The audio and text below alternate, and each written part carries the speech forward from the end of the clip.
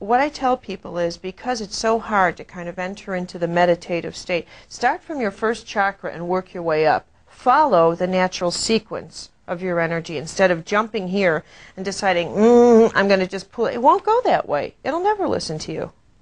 Instead, you start with imaging what your first chakra would tell you, which is your tribe, your groundedness, about how pleasant your life would be if you weren't involved in the memory of that situation. And so you begin to visualize, not unplugging from it, but the kind of life you want right now. Just start then. It doesn't even have anything to do with that injury, wound, memory, relationship, just what you want today. And then work your way up to the second chakra, which is, what kind of relationships do I want today? How do I want to interact with people? How do I want to make my life different than the way it was? And don't go backwards. Don't even think about, don't do this within the context of that memory being in the center of it. All right? And then do it with your third chakra, which is, how would I feel? How do I really want to feel about myself? And start building up this stronger image of yourself. Now here again, that's not a small task, because the development of self-esteem or healthy relationships is very difficult.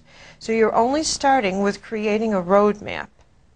In the meantime, what you do is you forbid yourself to discuss with anybody your past.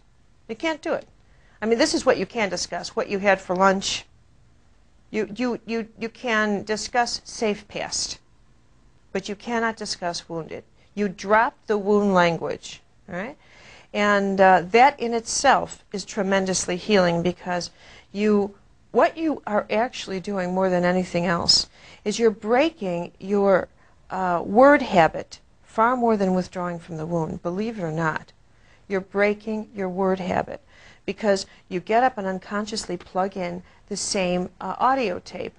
I'll never forgive that person for what he did to me, or she did, it goes on and on. So if you consciously change your vocabulary and you meet somebody and they say, how are you? And you don't say, well, it's my childhood again. It's just been having dinner with me. And instead say, I'm really fine. It's okay today. I put my shoes on the right feet. You'd be surprised the healing power these simple things are, because again, in terms of the divine paradox, it's the simple things that have the power. It's the mustard seed that moves your mountain. Nobody will make any effort by moving the mountain. That's how you unplug. You start doing things like this that look like you're not unplugging, but they really are. And then by the time you get to your mind, if you will, and you look backwards, you can't even see the person. One of the most wonderful things that ever happened to me was when I was 20 years old.